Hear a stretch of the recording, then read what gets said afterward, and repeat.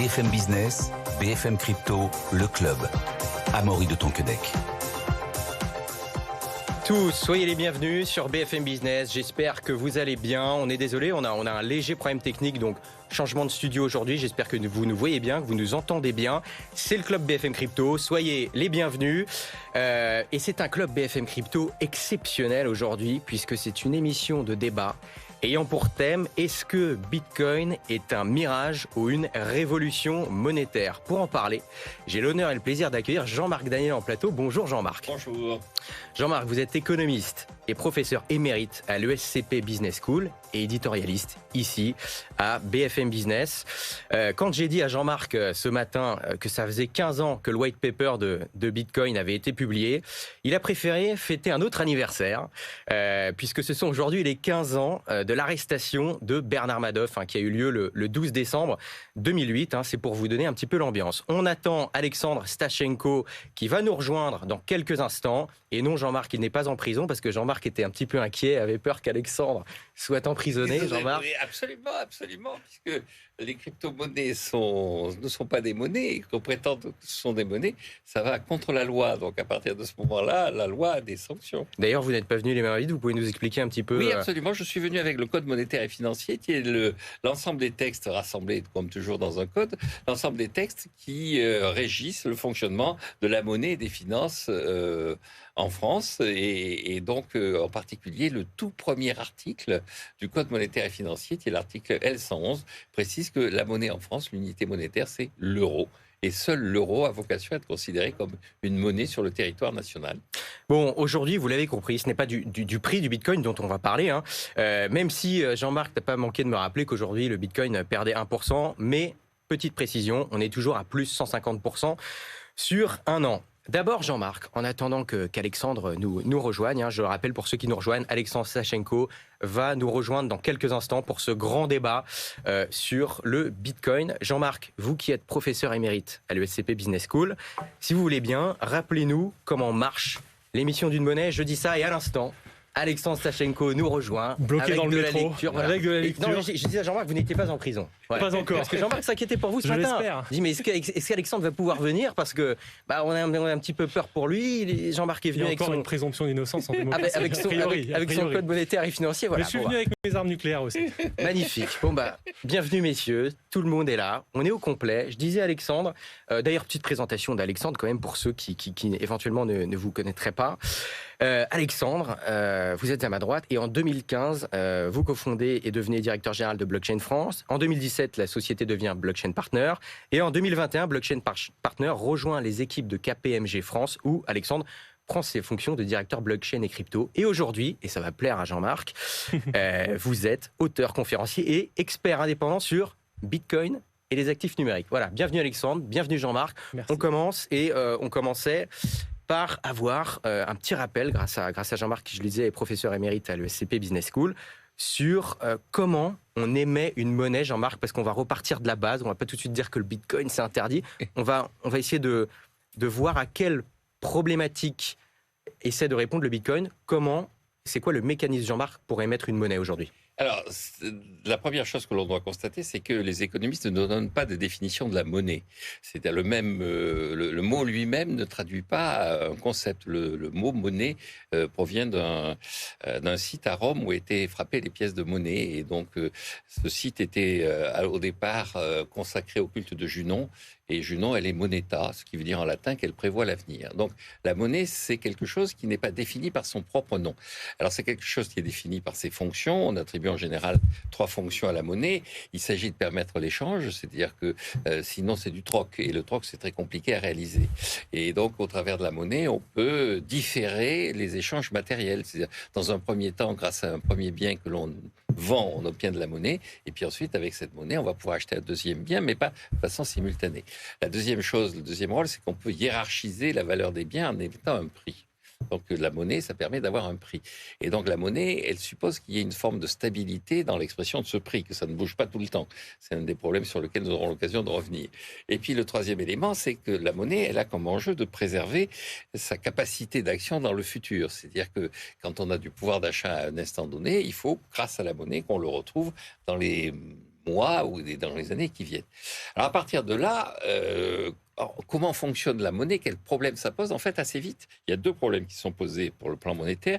Le premier, c'était l'acceptation d'un outil comme objet monétaire, c'est-à-dire est-ce que l'objet qu'on utilise pour faire de la monnaie, l'objet qui va servir à remplir ses missions, est reconnu par la population. Et le deuxième, sinon, c'est de la fausse monnaie. Et il y a des moments où la monnaie normalement officielle disparaît. Il y a tout un tas de pays où la monnaie officielle a disparu, elle est remplacée par un autre objet. Et la deuxième chose, c'est est-ce que la quantité de monnaie, donc il y a la qualité de la monnaie, et puis il y a la quantité de monnaie, est-ce que la quantité de monnaie est en conformité avec les besoins de la population, avec les besoins de l'économie? Et donc, c'était un des grands débats sur l'or. C'est-à-dire que vous avez de la croissance économique d'un côté, puis vous avez de la géologie d'un autre côté. Est-ce que la géologie est en conformité avec les attentes de l'économie? Bon. C'était d'ailleurs la grande critique. C'est une des raisons pour lesquelles les Américains officiellement ont sorti l'or. En réalité, c'est parce que l'or était une contrainte dans leur vie quotidienne et dans leur politique économique. Mais le discours officiel, c'était l'or, ça ne sert à rien. Et l'or, ce n'est pas en réalité quelque chose qui est conforme à la vie économique, puisque on trouve des mines d'or. Alors à ce moment-là, il y a de l'inflation. Et puis après, pendant des années, il n'y a plus de mines d'or, donc les prix se mettent à baisser, il y a de l'inflation. Donc ça perturbe le système économique. La monnaie actuelle, elle est créée par les banques. Et je vais en rester là, c'est-à-dire que ce qui va créer de la monnaie, c'est lorsqu'une banque va consentir un crédit à quelqu'un. Quand vous recevez de l'argent sur votre compte courant, parce que la monnaie à l'heure actuelle, elle est essentiellement numérique. L'essentiel de ce que vous recevez, c'est sous forme de lignes informatiques gérées par des banques. Lorsque nous recevons de l'argent, ça vient de chez quelqu'un. C'est-à-dire que là, c'est BFM Business qui vous paie. Et donc, moi, c'est le service des pensions de l'État qui me paie. Et donc, on prend de l'argent sur leur compte et on le met sur le mien. Bon, très bien. Donc là, il n'y a pas de création de monnaie. Et puis, il y a des moments où la monnaie va être créée par les banques. Les banques, elles vont mettre sur votre compte des sommes d'argent qui n'existaient pas auparavant. Ça s'appelle un prêt bancaire. C'est au travers de ce prêt bancaire que se crée la monnaie. Pourquoi c'est supposé être efficace? Parce que les banques prêtent à des gens qui vont créer de la richesse. C'est-à-dire que chaque fois qu'elles créent de la monnaie, en face, normalement, quelqu'un prend l'engagement de créer de la richesse. Un problème, qui est le problème essentiel pour moi, c'est que depuis quelques années, elles se sont mises à prêter à un agent économique qui ne crée pas de richesse. Et elles le font... Exactement. Je sentais venir. Et c'est bien, mais vous allez peut-être vous retrouver finalement. Je pense que sur beaucoup de points, c'est possible que vous soyez d'accord. Le vrai problème de ce qui se passe, c'est que nous avons un système monétaire qui est organisé autour de banques commerciales qui prêtent, avec un garde-fou qui est la Banque centrale, avec un dispositif juridique qui encadre ce système, qui le protège et qui le définit, donc le code monétaire et financier ici. Le problème de ce système, c'est qu'à mon avis, il a une faille, c'est qu'il n'est équilibré que si on prête à des gens qui créent de la richesse, et ce système a été dévoyé en se mettant à prêter à des gens qui ne créent pas de richesse, qui sont les États. Et donc, il y a un problème. Mais le problème n'est pas soluble dans la création d'un nouveau dispositif. Il est soluble dans l'acceptation du dispositif actuel et dans ses principes. On va y venir. Donc, Jean-Marc a posé les bases de la création monétaire. Il manque des choses. Et a commencé. Mais justement, vous allez compléter, Alexandre. Est-ce que déjà vous êtes d'accord avec ce qui vient d'être dit là? Et est-ce que vous avez des choses à ajouter? Oui, je suis d'accord, mais justement, moi, ce qui m'intéresse, c'est que Jean-Marc s'est arrêté à c'est créé par les banques et je n'en dirai pas plus. Parce que moi, ce qui m'intéresse, c'est le plus, justement. C'est d'où sort ce privilège monétaire? Pourquoi est-ce qu'on a le droit de créer de l'argent? À qui est là pour déterminer qui va créer de la richesse et qui ne va pas en créer? Et donc, c'est une critique qu'on fait souvent à Bitcoin en disant qu'il n'y a rien derrière Bitcoin. C'est une critique qui est en réalité adressée au système monétaire actuel, le système dit fiat, qui d'ailleurs dit bien son nom. Hein. Fiat, ça veut dire ainsi soit-il. On décrète que ça vaut quelque chose, mais il suffit d'aller sur le site de la BCE et on ne trouve rien d'autre qu'une phrase qui nous dit que la monnaie fiat n'a pas de valeur intrinsèque, elle est acceptée par les agents économiques parce qu'on fait confiance dans la Banque centrale. Alors, petit problème dans le dispositif, c'est que vous n'avez pas le choix de faire confiance à la Banque centrale, puisque précisément, ce petit livre rouge, et je ne connaissais pas l'adoration de Jean-Marc pour les petits livres rouges, les gros livres rouges, celui-là, c'est complètement différent. Et donc, le problème qu'on a, c'est que justement, il n'y a rien derrière cette monnaie-là, c'est un privilège qui est accordé aux banques de pouvoir dire à discrétion qui crée de la valeur ou qui n'en crée pas. Et en fait, ce système-là, derrière, il est ce qu'il est, c'est-à-dire une promesse. la promesse de la Banque centrale qu'on atteindra la cible des 2% d'inflation. Ah, et donc Jean-Marc, déjà, Non, non. pour ce qui vient d'être dit là, déjà, sans parler de l'inflation, par rapport au fait que ce soit les Parce banques... que là, je rentrais à peine dans l'entrée. Voilà, Oui, est-ce que vous êtes d'accord avec ça déjà? Non, il y a une confusion dans ce qui vient d'être dit entre la Banque centrale et les banques commerciales. La Banque centrale, c'est pas elle qui crée de la monnaie, c'est pas elle qui... Elle accorde le privilège de le faire. Elle accorde le privilège à un certain nombre d'institutions. Et ces institutions ont comme caractéristique d'être en concurrence. Elles sont plusieurs, elles sont nombreuses sur la place. Il y a 5 banques en France. C'est pas la plus grosse concurrence qu'on puisse trouver. Oui, enfin, il y a de la concurrence si on n'est pas content. Bon. Et ensuite, elles ont leur métier, c'est effectivement de créer de la monnaie en accordant des prêts. C'est-à-dire le véritable enjeu de ces banques, c'est de prêter à des gens qui vont être en capacité de rembourser. C'est-à-dire que les banques, elles sont là parce que comme elles sont privées, si elles se trompent, si elles se mettent à prêter à n'importe qui... Bien, l'État les sauve. Et comment ? L'État les sauve. Ah oui, mais ça, c'est une perversion du système. Je pense que le système, lui, encore une fois, est un système... Et d'ailleurs, il ne les sauve pas toujours parce qu'il y a des banques qui font faillite. Et donc, le véritable enjeu, effectivement, c'est de faire en sorte que les banques soient responsabilisées. Alors, c'est vrai que l'État en sauve certaines. C'est le too big to fail. Oui. Et donc, je sauve les banques, mais pas les banquiers. C'est-à-dire qu'il y Elles a sont toutes systémiques en France maintenant. Donc on les sauverait toutes. Oui, mais sauf que les gens qui prennent les décisions sont des gens qui remettent en cause leur propre destin. C'est-à-dire que je sauve les banques et pas les banquiers, c'est un principe dans lequel, effectivement, si vous vous trompez dans les prêts que vous consentez, à partir de ce moment-là, vous finissez par sauter. Et donc, concrètement, c'est un métier d'être banquier. Mais le but des banquiers, c'est effectivement de trouver, au travers des gens qui viennent les voir, les créateurs futurs de richesse. Le crédit, c'est un moyen, effectivement, de porter l'avenir. Et la banque, elle fait ça. Et si encore une fois, si elle se trompe, elle finit par perdre des clients. Si elle se trompe, ses dirigeants sautent. Si elle se trompe, elle finit elle-même par disparaître. Et donc, il y a une sanction par la concurrence. La Banque centrale, elle n'est pas en situation de concurrence. Elle ne saute pas, mais elle ne prête pas aux particuliers. Elle fait du rachat d'actifs, c'est pareil. Elle fait du rachat d'actifs. Mais alors justement, je suis assez d'accord avec ça. Le véritable problème qui s'est posé et qui a justifié à un moment donné l'apparition de ces crypto-actifs, ça a été de dire la Banque centrale est sortie de sa mission historique. Mais l'enjeu, c'est est-ce que la bonne solution, c'est de dire, bon, puisqu'elle est sortie de sa mission historique, bon, mais on va faire n'importe quoi. Donc, quelle est sa mission Notre désaccord de fond, parce qu'on est dessus, c'est que je pense que Jean-Marc fait preuve de candeur d'une certaine façon en pensant que c'est une perversion du système mais qu'on peut le corriger. Moi, ce que je pense, c'est que c'est dans la nature du système de tendre vers ça. Et donc cette mission qu'ont les banques centrales de tendre vers 2% d'inflation en utilisant des divers moyens conventionnels, les taux d'intérêt, puis non conventionnels, on rachète tout ce qui passe. Je précise ici, par exemple, que la BCE rachète aussi des titres privés maintenant. Donc il y a des gens qui ont accès directement, pourquoi pas, au soutien de la puissance publique. Dans cette promesse-là, en fait, elle est viciée à deux égards. Le premier, c'est que je ne connais pas d'exemple dans l'histoire où ça s'est bien passé. C'est-à-dire qu'à chaque fois qu'on donne le pouvoir monétaire à quelqu'un sans contrainte, sans garde-fou, l'or était un garde-fou. On l'a dit tout à l'heure, les Américains n'aimaient pas ce garde-fou parce qu'ils ne pouvaient pas faire ce qu'ils voulaient, notamment Great Society, la guerre du Vietnam, etc. C'était plus simple de ne pas avoir de garde-fou. Donc déjà, on n'a aucun exemple qui ait fonctionné dans l'histoire sur le long terme, où on a une banque centrale qui gère de manière, en bon père de famille, d'une certaine façon, ce taux. Et le deuxième problème, c'est que le visé de l'inflation est en soi vicié. D'ailleurs, ce 2% sort de nulle part. Personne ne sait comment... C'est comme les 3% de Maastricht, ils sont sortis d'un chapeau. Les 2% sont sortis du même chapeau et on peut se demander légitimement pourquoi pas zéro. En règle générale, la réponse qui vient, c'est de dire parce que la déflation, ça fait peur. Parce qu'en théorie économique, il faut inciter à la consommation puisque ça favorise le PIB et la croissance. Mais c'est vicié parce qu'on choisit, et c'est la phrase de Christine Lagarde, c'est pas la mienne, elle préfère préserver l'emploi à l'épargne.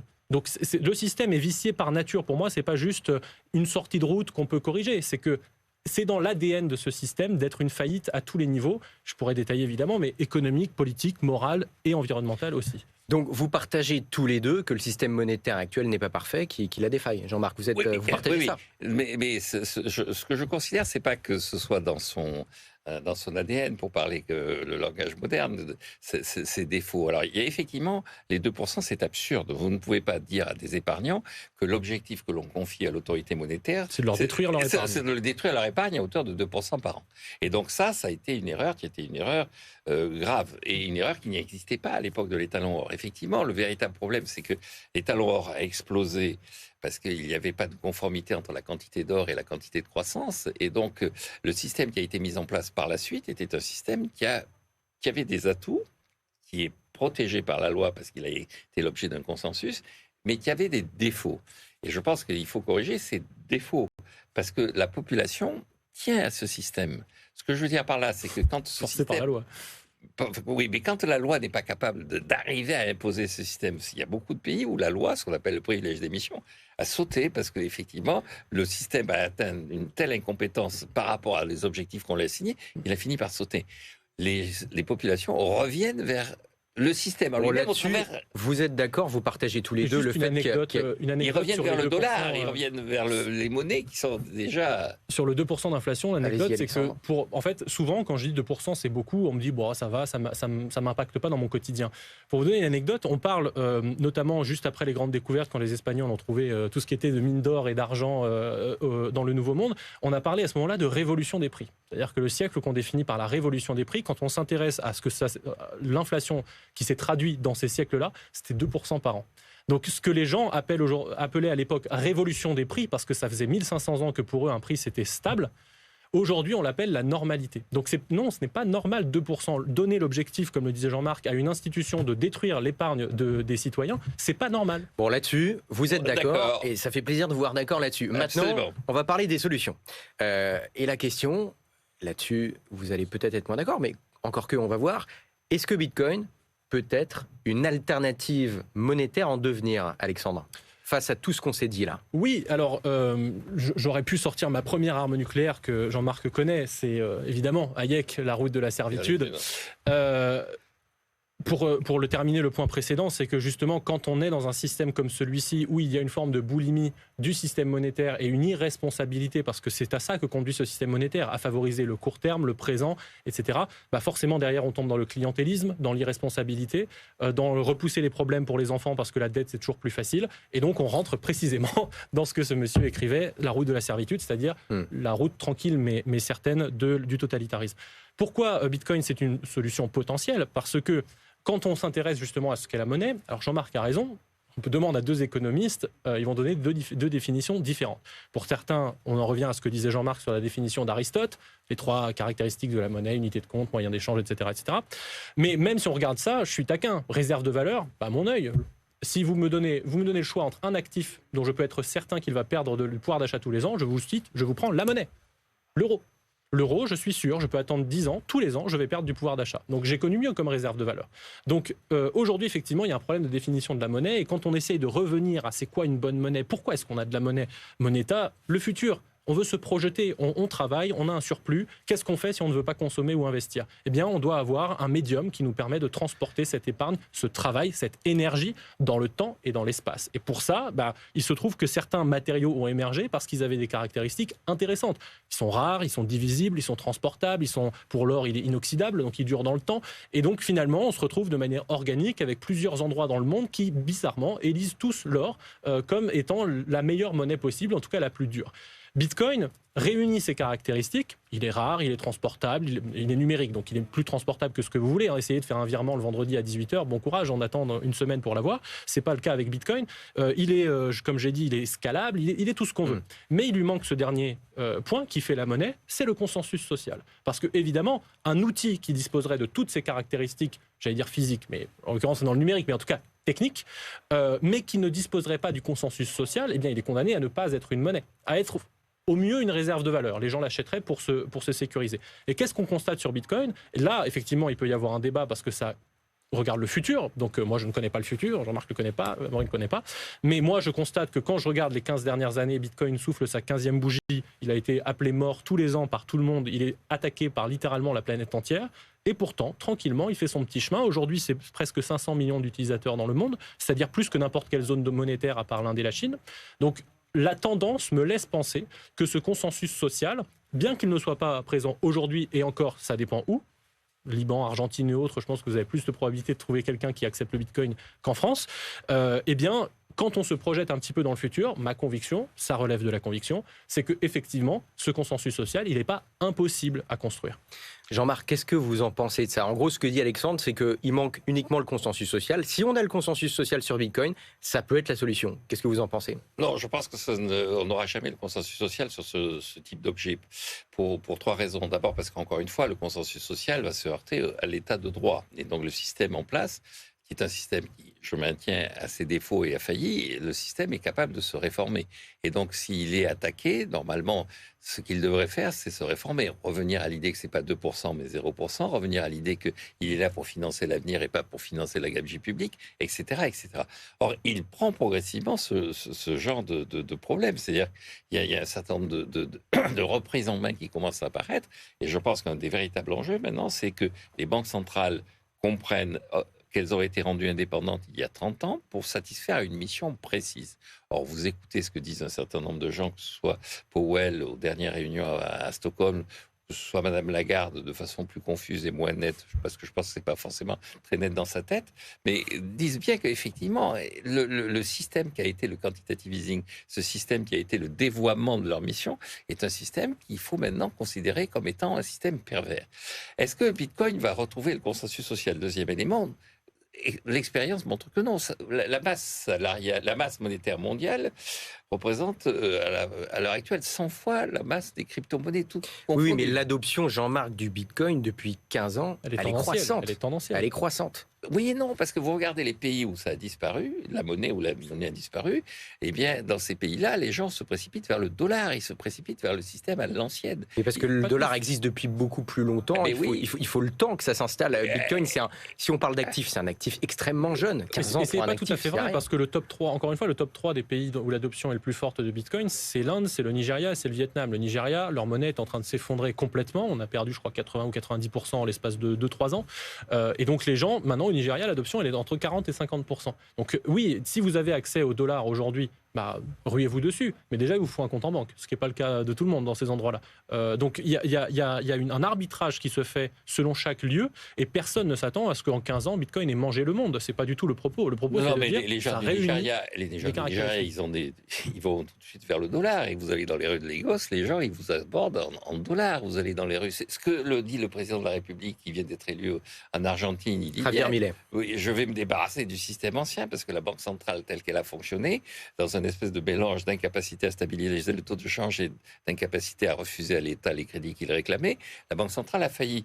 Il veut supprimer la Banque centrale et il dit que le Bitcoin pourrait être une solution. Il dit, je vais dollariser. La solution, c'est le dollar. Pourquoi il dit c'est le dollar? Il a raison. Aujourd'hui, c'est pas assez mature pour prendre un pays comme l'Argentine. C'est le dollar parce que la population a choisi le dollar. Parce que dans les rues de Buenos Aires, les gens sont en dollars. Donc vous allez on parle du Nigeria. Le pays où il y a le plus d'inflation en ce moment, c'est le Zimbabwe. Vous allez dans les rues d'Harare, c'est pas des bitcoins, c'est des rentes sud-africains, parce que ce qu'ils cherchent, c'est une monnaie qui soit assise sur un système qui est un système stable et cohérent, et pour eux, c'est l'Afrique du Sud et le rand. Le troisième élément pour lequel, c'est que derrière le mystère, l'or, l'avantage de l'or, vous l'avez dit, c'est que l'or, on ne pouvait pas le falsifier. Il n'y a pas de fausse monnaie possible avec l'or. Alors, il pouvait y avoir des gens qui rognaient, qui enlevaient un petit morceau, qui réduisaient un peu le poids. Il y avait tout un enjeu. Les empereurs romains, tous les empereurs romains faisaient ça. Tous les rois du Moyen-Âge grattaient un peu. Et puis, bon. Mais il y avait quand même l'idée que quelque part, l'objet était extérieur à une décision humaine. Dans toute l'histoire de fonctionnement des crypto-monnaies et tout ça, il y a quand même des programmes, il y a des gens. Alors, on dit, oui, mais vous avez une multitude au travers de la blockchain, une multitude de gens qui peuvent vérifier ce qui se passe. Vous avez une information. C'est extrêmement transparent. C'est extrêmement transparent. Mais la semaine dernière, ou il y a 15 jours, il y a eu un sommet à Tokyo, je crois, entre les autorités américaines, japonaises et sud-coréennes, parce qu'ils étaient en train de se demander si les Nord-Coréens n'étaient pas en train de rentrer dans le système, n'étaient pas en train de voler des bitcoins, n'étaient pas en train de s'emparer d'une partie. Mais ça veut rien dire. Si je vous vole un lingot d'or, c'est pas l'or qu'il faut jeter à la poubelle. Non, mais ça veut dire que concrètement, voler un lingot d'or, on comprend et on est capable de répondre à ça pour les populations qui utilisent leur... Alors, si je vous vole un lingot d'or et que je pars avec, on peut pas répondre. Non, mais j'entends bien. Mais d'ailleurs, personne ne peut régénérer de l'or pour le remplacer. Oui, j'entends bien, mais sauf que la leçon que vous retirez, c'est que vous allez le mettre dans un coffre. C'est pareil pour le Bitcoin. Sauf que dans le Bitcoin, c'est pas vous qui allez créer le coffre. Le coffre, bah, si, justement, c'est le principe du Bitcoin. C'est qu'on peut créer son propre coffre sur mon téléphone avec rien du tout. Oui, mais Jean-Marc, si on possède sa clé privée, on possède la clé de son propre portefeuille sans intermédiaire. J'entends bien, mais le cambrioleur, vous comprenez ce qu'il a fait, donc vous êtes capable de répondre. La personne qui est venue... un hacker, on peut remonter le chemin, on peut retrouver... Oui, il s'agit de partager sur le plan social. Que, encore une fois, n'importe quel individu comprend ce que ça veut dire qu'enfermer un lingot d'or, n'importe quel individu ne comprend pas ce que ça veut dire répondre à un hacker. Mais je pense que la différence qu'on a, c'est que Jean-Marc, il regarde la situation comme une photographie et il dit à l'heure actuelle, ça ne réunit pas les conditions. Et j'ai rien dit d'autre. J'ai dit à l'heure actuelle, on n'a pas le consensus social. Mais notre divergence, c'est que je pense que Jean-Marc pense qu'on ne peut pas dépasser ce statut parce que les 3 raisons qu'il a évoquées, et que moi je constate qu'en 15 ans, la tendance qu'on a vue, elle est monstrueuse en termes d'adoption. On a un truc, encore une fois, qui sort de nulle part, soutenu par personne, voire tapé par tout le monde, qui arrive à 500 millions d'adoptions, un pays qui en a fait sa monnaie légale, etc. etc. Donc, est-ce que le chemin est fini? Non, mais est-ce qu'on a vu déjà un truc... Enfin, Internet a été inventé dans les années 60, le premier milliard d'utilisateurs, c'est la fin des années 90. Jean-Marc, pour vous, tout ce qui s'est passé en 15 ans là, sur le Bitcoin, cette évolution, c'est rien pour vous? Ce qui s'est passé en 15 ans, à mon avis, ça, d'abord, le fait qu'on a compris que ce n'était pas une monnaie. C'est-à-dire, si ça avait été une monnaie, que c'était un actif. C'est-à-dire qu'on est passé d'une logique qui était une logique de réponse par la technologie à la défaillance du système monétaire au travers de, effectivement, cette perversion qui a consisté à modifier les politiques monétaires et modifier les missions que devaient avoir les banques centrales. On est passé à l'idée que finalement, c'est un objet de spéculation et c'est un objet qui permet... Alors, aujourd'hui, le Bitcoin en France, en tout cas, on peut dire que c'est une réserve de valeur, si on y croit, parce qu'il y a une quantité qu'on connaît, qui est finie. C'est l'usage primaire des Français, en tout cas. Voilà, c'est ça, donc c'est une réserve de valeur. Aujourd'hui, c'est sûr que payer en Bitcoin en France, ça n'a que peu d'intérêt, puisque notre système monétaire fonctionne. C'est pas le cas dans d'autres pays.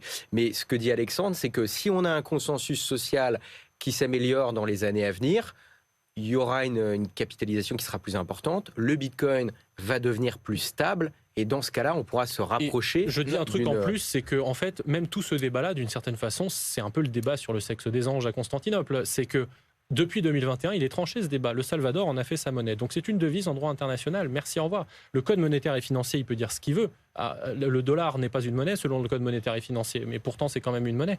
Donc là, on a le même problème, c'est que on a maintenant, alors même que je pense que le débat juridique n'a pas beaucoup de sens, mais bon, soit rentrons dedans. Au Salvador, c'est une devise, donc on a même des députés, je pense à Jean-Michel Mis, qui a posé la question au gouvernement. Le Bitcoin ne répond plus aux caractéristiques d'un actif numérique dans la loi française. Il faut le reconnaître comme une devise. Pourriez-vous clarifier pour les contribuables français? Le gouvernement n'a pas répondu. Il ne répond pas parce qu'il est gêné. Il ne veut pas admettre que c'est une monnaie. Mais c'est comme dire, Christine Lagarde dit qu'il n'y a pas d'inflation, donc il n'y a pas d'inflation. Bah non, elle a passé son temps à se tromper et à dire qu'il n'y avait pas d'inflation alors qu'il y en avait. En même temps, c'est son job qu'il n'y ait pas d'inflation. Donc, quand elle dit il n'y a pas d'inflation, c'est pour qu'on ne lui reproche pas qu'il y en ait. Donc là, c'est pareil. Il n'y a pas d'inflation, elle avait raison. Non, elle avait dit, je vois un profil qui ressemble à une bosse, et puis 3 mois après, finalement, c'est pas là pour durer. Et puis ensuite, on est à 10%, et on a remplacé ça par de la dette publique massive. C'est ce qui s'est passé, il n'y a pas d'inflation. Il nous reste un autre débat. Alors, c'est un autre débat, parce que pour Jean-Marc, il n'y a pas d'inflation. Il faut le savoir, là, c'est un peu compliqué, mais il nous reste 2 minutes, Jean-Marc. Oui, juste de remarquer. Il y a l'aspect utilité sociale et environnement aussi. C'est que par rapport à l'acceptabilité sociale, il y a le fait qu'il y a une masse de critiques qui sont des critiques pas uniquement techniques et qui ne sont pas des critiques uniquement juridiques, mais il y a des critiques sur le mode de réalisation de ces bitcoins et sur le fait que ces consommateurs d'une énorme quantité d'électricité, dans un moment où l'énergie devient de plus en plus chère, où la production d'énergie est de plus en plus expertisée, analysée. Donc pour vous, Bitcoin pollue, je vous coupe, il reste très peu de temps. Alexandre, qu'est-ce que vous avez à répondre à ça sur le fait que Bitcoin soit très énergivore et pollue? Voilà. La première, c'est que le système fiat actuel est 100 fois plus, 1000 fois plus, 1 million de fois plus climaticide, parce qu'encore une fois, c'est dans son ADN d'inciter à consommer. Donc vous pouvez faire autant de COP que vous voulez, ça ne sert à rien à partir du moment où le signal envoyé à tous les agents économiques partout sur la planète, à toute heure de la journée, c'est qu'il faut consommer. Jean-Marc est pour l'augmentation du prix de l'essence. Mais le système fonctionnerait si on avait un baril à $300. Là, effectivement, c'est normal. Sauf que 70% des exploitants de schiste aux États-Unis ne sont pas rentables et ça fait 15 ans que c'est le cas. Ils sont juste sauvés par l'État et la création monétaire. Donc effectivement, dans le système qui fonctionnerait, on aurait le baril à $300, mais ça voudrait dire détruire 30% de l'activité économique. Ce qu'il faudrait faire d'ailleurs si on veut revenir sur les 50 dernières années de gabegie. Pour la partie environnementale et Bitcoin, alors je redirige les gens vers un article, parce qu'il n'y a pas le temps, j'ai écrit un article qui s'appelle Bitcoin, une solution contre-intuitive au changement climatique. Donc déjà, sur le point de vue systémique, on revient sur une monnaie saine, rare, donc qui incite à l'épargne et au long terme. Mais je voudrais conclure avec mon deuxième arme nucléaire, Bastia. Ce qu'on voit et ce qu'on ne voit pas, que vous connaissez également, parce que c'est précisément ce qu'on a en ce moment avec le système Fiat. Le système Fiat nous dit, regardez, comme un peu le vitrier au début de ce livre, on dit, si on casse une vitre, la personne va dépenser 6 francs, l'industrie de la vitre se porte mieux. C'est super. Là, c'est pareil, le système Fiat vous dit, regardez, je casse la planète, mais c'est formidable parce qu'on crée de l'emploi et de la croissance. Donc, il faut regarder ce qu'on ne voit pas. Messieurs, Ford Lagarde dit, je préserve l'emploi par rapport à on va se refaire une émission parce qu'on n'a pas assez de temps, c'est dommage, c'est frustrant, on va s'en refaire une, mais je note, voilà, un des livres de Jean-Marc Daniel, il était une fois l'argent magique. Voilà.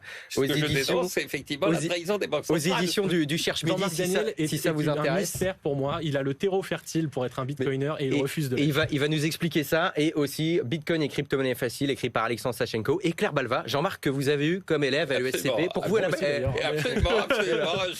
C'est ça. Mais je rappelle souvent la phrase que vous m'aviez dite en cours, à savoir un économiste, c'est quelqu'un qui prédit l'avenir et ensuite qui doit expliquer pourquoi il s'est trompé. Merci beaucoup. C'était le début de mes cours. Merci.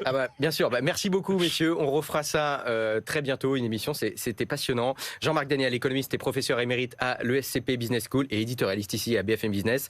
Alexandre Sachenko, aujourd'hui auteur, conférencier et expert indépendant sur Bitcoin et les actifs numériques. Merci de nous avoir suivis. Merci. Bonne journée, bonne soirée. À demain, 15h.